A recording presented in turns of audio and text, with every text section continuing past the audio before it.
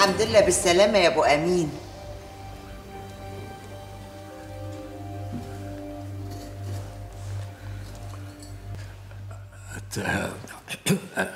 أتكلم؟ كنت بقول إن القصر وكل مشاريعنا من وقت ما سبتها ماشيين على نفس الخط، لا شمال ولا يمين، لا بنناموا في بيوتنا ولا بنفكروا غير في إننا نكبروا مشاريعنا.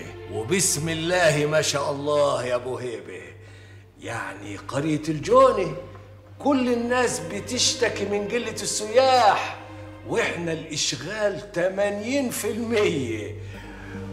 عمارات 6 اكتوبر عملنا 3 كومبوند سلمنا منهم 2، ده غير العملة والسلاح والأسرات. وكيل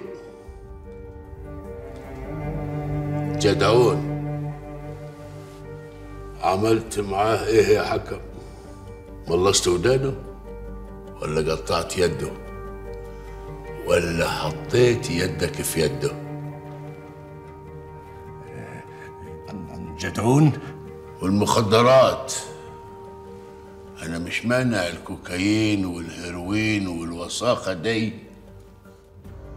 وقلت لك كفايه عليك الزفت الافيون اللي بتاخده. عموما الشحنه اللي انت وولدك مستنيينها بح طارت.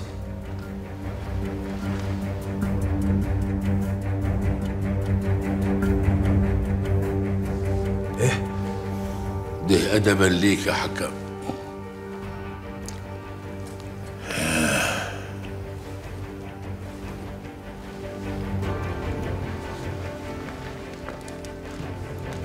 يدك تخنت يا حكم.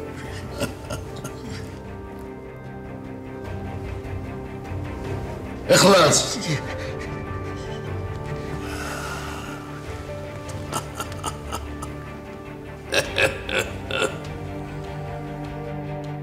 اقعد يا غنيمة مكانك.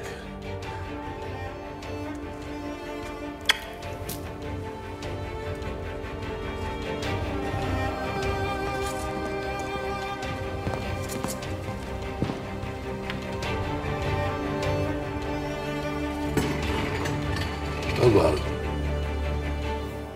خلينا نتكلم يا حكم.